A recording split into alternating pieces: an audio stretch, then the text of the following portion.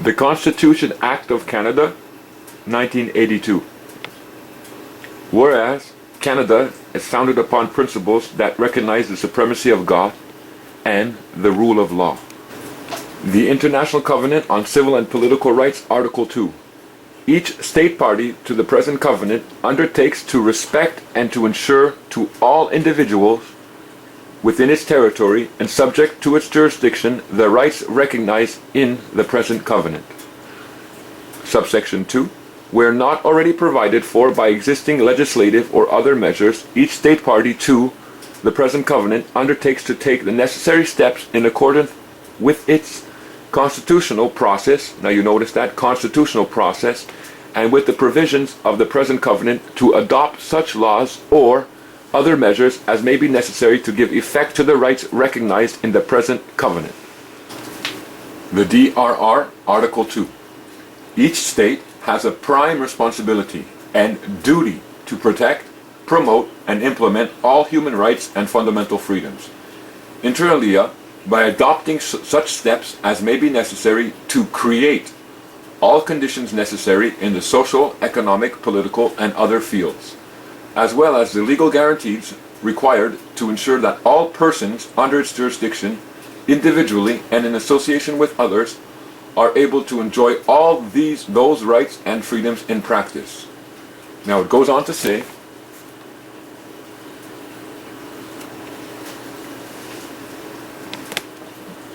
each state shall adopt such legislative, administrative, and other steps as may be necessary to ensure that the rights and freedoms referred to in the present declaration are effectively guaranteed.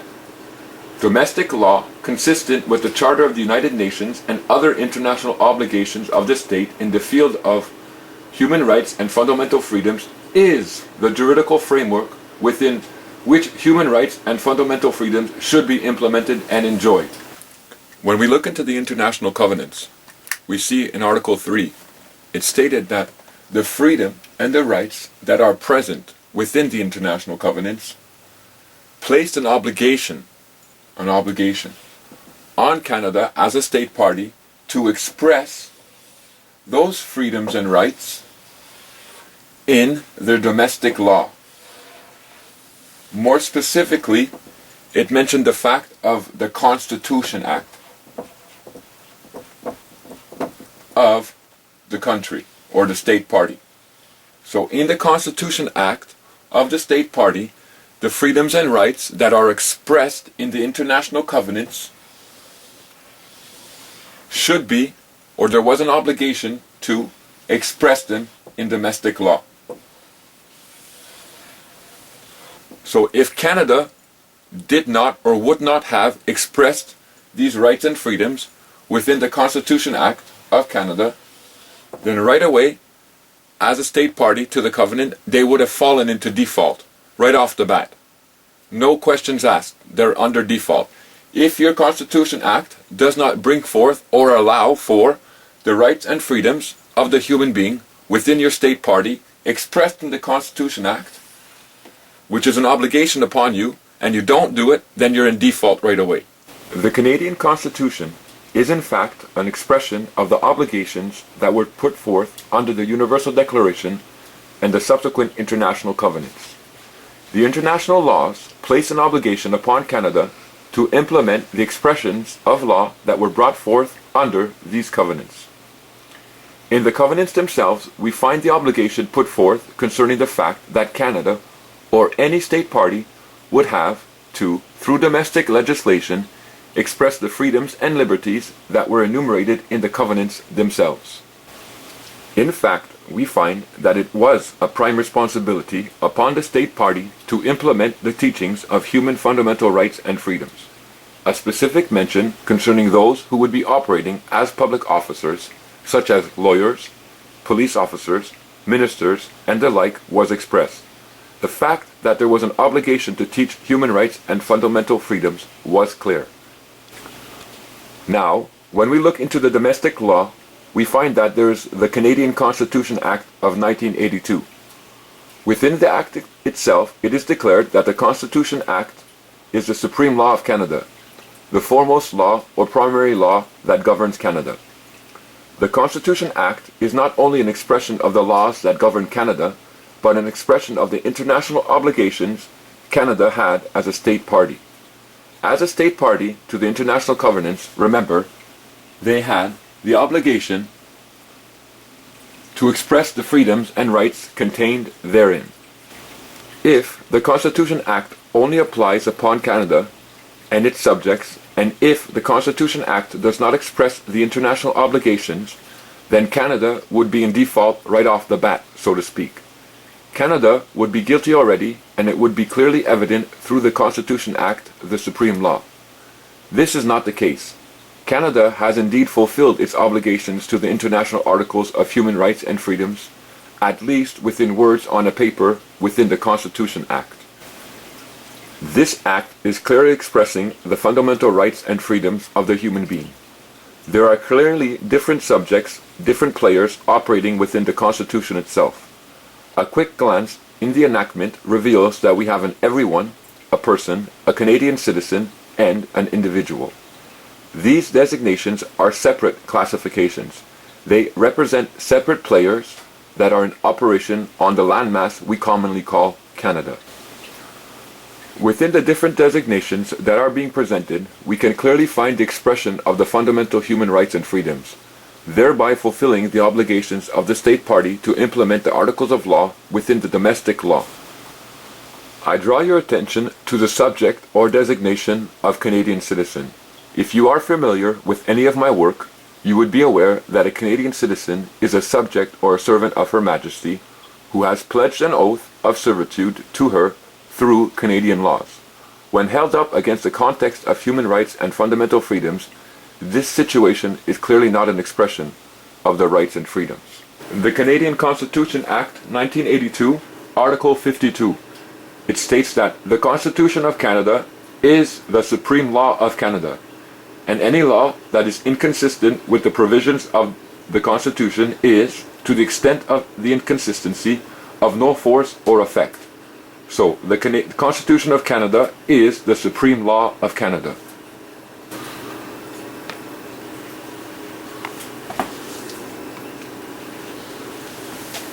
So, in Article 2 of the Canadian Constitution Act, you find the subject or the player as being introduced to us, everyone.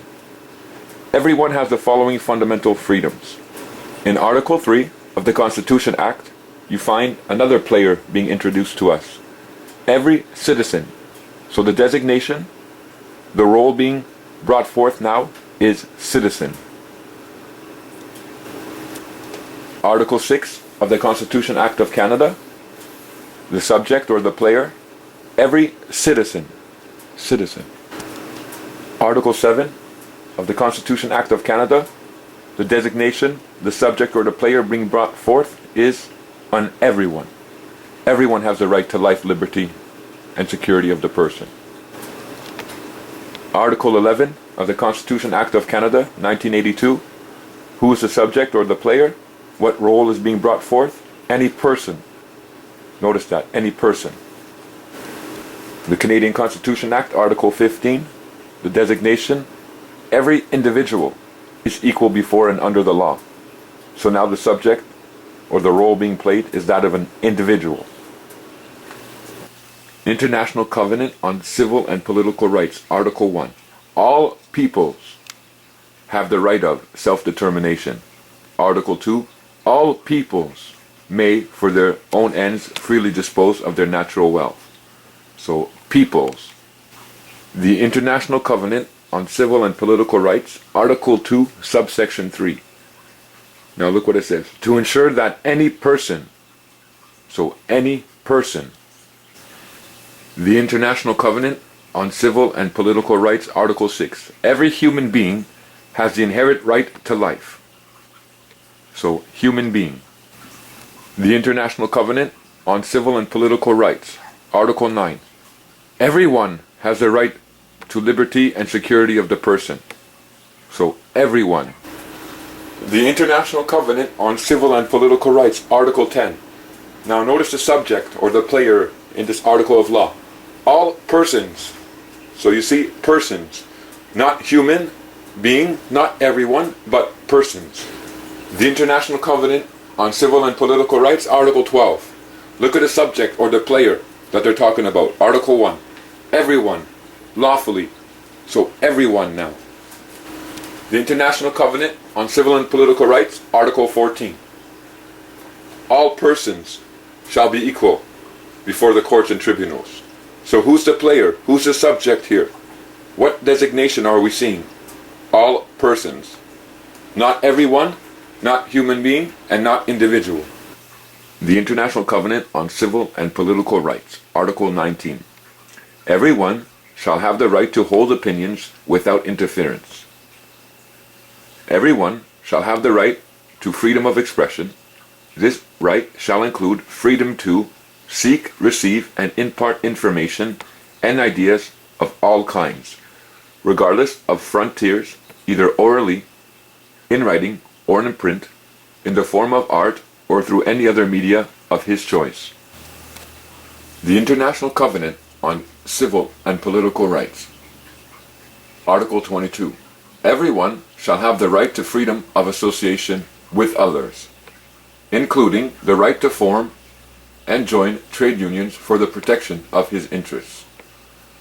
No restrictions may be placed on the exercise of this right, other than those which are prescribed by law and which are necessary in a democratic society in the interest of national security or public safety, public order, the protection of public health or morals, or the protection of the rights and freedoms of others.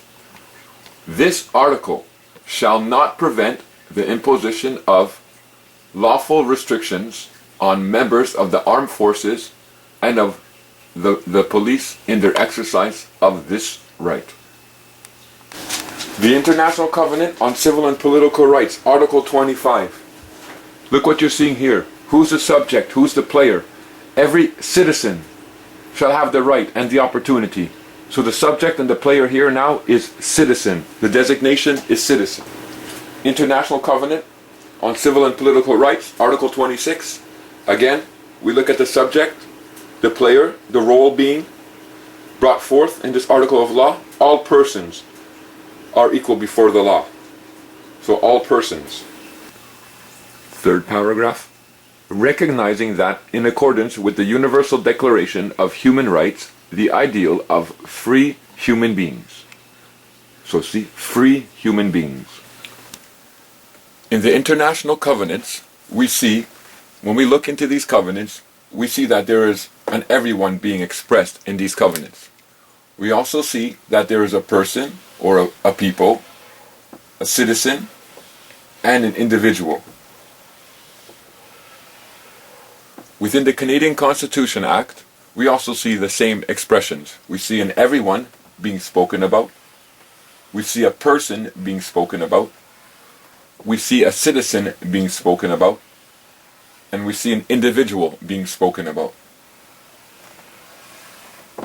Now, each one of these words represent a different subject or player or role that is being expressed in Canada or in the state party. A different designation. So, for example, we know that the ones who can vote for the parliamentary government here in Canada is a citizen. Only a citizen has the right to vote. Only a citizen. So, when you look into the Canadian Constitution Act, and you look into the expression of who is allowed to vote, you do not find it saying that everyone who votes, or everyone can vote. It clearly renders the designation of the one who can vote as being a citizen. A citizen. By doing that, they are expressing the rights and freedoms, or you can look at it as duties and obligations. I won't write the whole word, but obligations within the player or the role. So, a Canadian citizen is a designation It's a role that you play as a human being, and the Canadian citizen has been granted the right, has been given the freedom, the duty, you can even call, or an obligation, depend how you want to look at it, the Canadian citizen, to vote. So the fact that they give this attribute to the citizen and not to the everyone shows us, it's showing us, it's teaching us, it's bringing forth the fact that these qualifications, these designations are indeed not applicable all on the same level. Meaning that within the role, or within the subject, or within the designation, you're going to find different rights and freedoms being expressed, different duties and obligations being expressed. So within the whole Canadian Constitution Act, you find different roles, different designations of what a human being can take on, and within those roles or designations, you have the limited or the expressed rights and freedoms or duties and obligations of that designation. Looking into the International Covenant on Civil and Political Rights, Article 25, and subsequently in the Canadian Constitution, Article 3, you see there that it's written that every citizen can vote or has the right to vote. Now the designation or the role that they give is every citizen. They don't use everyone, but they state every citizen. Now, in the Canadian Constitution Act, Article 2, it states this, that everyone, notice the designation that they use, everyone, okay, has the following fundamental freedoms. Now they have the freedom of conscience, everyone has the freedom of religion, everyone has the freedom of thought, belief, opinion, expression, and everyone has the right of peaceful assembly. Also everyone has the right of freedom of association. Freedom of association. Now, if we change this word here, everyone, to citizen, for example, okay, every citizen has the following fundamental freedoms. Now we go down the list, just want to bring your attention to one part. Freedom of association, right? Now, if you know what a citizen is, the servant, the subject who has pledged their allegiance, made an oath unto serve Her Majesty, then does not have freedom of association, right? Because it is being held, the citizen, in servitude. It is being held as a subject of Her Majesty. So it does not have the freedom to associate with who it would want. It cannot say, I do not want to be in association with Her Majesty. If it would say that as a citizen, it would lose its status as citizen. So here you cannot write every citizen has the following fundamental freedoms, because a Canadian citizen doesn't have the freedom of association. That's why when you look at the designation, you look at the role or the player or the subject that they use, they do not use citizen. They use everyone. This alone should show you that, therefore, the designations that are being used, the people, the individual, the everyone, the citizen, the person, within those different designations, there are different rights and freedoms attached to those designations, as you clearly see here. Coming back for just one moment, this here is very important. Freedom of association. Three little words forming half of a sentence. But you know what this is saying? This is an expression of saying that every human being is born free and has the right to remain free. That's what this is implementing. This is what this is expressing. So, the international obligation upon the state party of Canada to say that, listen, you have human beings that are born free and they have the right to remain free, and you have to give them that right upon your territory, upon your land, is included in the Constitution Act. When we look into the International Covenant, we see that it's expressed that everyone has the freedom of association. And it says that no restrictions can be placed on the exercise of this right. Okay? So, everyone, you as a human being, have the right of a freedom of association. So, you can pledge your servitude, you can pledge your oath to Her Majesty, Queen of Canada, the Defender of the Faith, and you can render yourself into the designation of citizen of that subject, okay? everyone has that right. The human being has the freedom of association to do that. Now, it says no restrictions can be placed on the exercise of this right. They can't restrict the exercise of this right. That's your guaranteed fundamental right and freedom, according to the International Covenant. Now, it says that they can restrict your freedom of association by prescribed law, but only in a democratic society. So, once everyone, the human being, okay, gives his freedom of association over to Her Majesty and becomes the subject, the Canadian citizen, the subject, then by law, in the democratic society, in Canada, in the structure, commercial structure that they created, they can, by law, restrict your rights, restrict your freedom of association. And they can do so, not only your freedom of association, but all other rights and freedoms that the human being has. And they do so, they state, in the interest of security, for the protection of public health, or the protection of morals, or the protection of the rights and freedoms of others.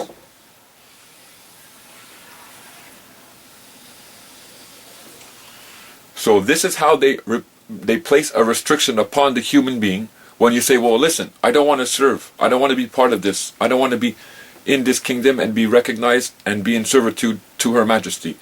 They try and say, no, you don't have the right to do that. You're automatically a person, and that's it, you can't say nothing. But you have the right of freedom of association. However, if they pressure you enough and you give in and you associate yourself and you render yourself, designate, step in, or play the role of the Canadian citizen, the person, then now, through their laws, in their democratic society, they can prescribe or remove your rights and freedoms from you as a human being. In the Constitution Act of Canada, Article 7, it reads like this: everyone has the right to life, liberty, and the security of the person, and the right not to be deprived thereof, except in accordance with the principles of fundamental justice. Question again. More of a statement, but question sort of. Why doesn't it say here, every citizen has the right to life, liberty, and security of the person? Let's just look at one of the qualifications. Liberty. Well, again, citizen of Canada is a subject, a servant, who has taken an oath of allegiance to serve Her Majesty. Therefore, a citizen is definitely not carrying or operating under the attribute of liberty. I say often, we are slaves, very clearly, through words, on a paper. Nevertheless, it expresses itself here. As a citizen, that legal person, we do not have the liberty. We are a subject and a servant. Therefore, if they wrote, every citizen has the right to life, liberty, and the security of the person, they would be contradicting themselves. So they write, they designate, they put the role here of everyone. Because the human being has the right to life, and the human being has the right to liberty. And these are attributes, or if you will say, rights that were expressed or given to the human being in the international covenants. And they have to come out in domestic law. And here we're seeing the expression of it. The human being has the right to life and liberty, and to the security of the person. Now, some will say, well, everyone can include the Canadian citizen. Yeah, everyone can include the Canadian citizen, but it's not in this section. Because the next part of it, it says, and the right not to be deprived thereof, except in accordance with the principles of fundamental justice. So, when you, as a human being, remember, associate yourself, bring yourself into servitude, you take the oath of allegiance to Her Majesty, or they claim, because you were born here on the landmass of Canada, that you are automatically in servitude to the Queen. You take that oath, or you are brought into subjection to the Queen. Therefore, you have lost your fundamental right to life and liberty. You have lost your freedom of association, and you are rendered as a subject. So in accordance with the principles of justice, since you took that oath, and they give you a copy of it. As I shown you on my other video, the lady she had it up in the air like this, and it was the Canadian citizenship certificate. And when you're done your oath, you walk up there, they shake your hand, and they give you a copy of it. But that's your binding contract. That's your legal declaration that you, as a human being, just walked into slavery, just walked into servitude, and through the principles of fundamental justice, your rights and freedoms now have just been removed from you, or controlled, qualified, given to you in a limited fashion.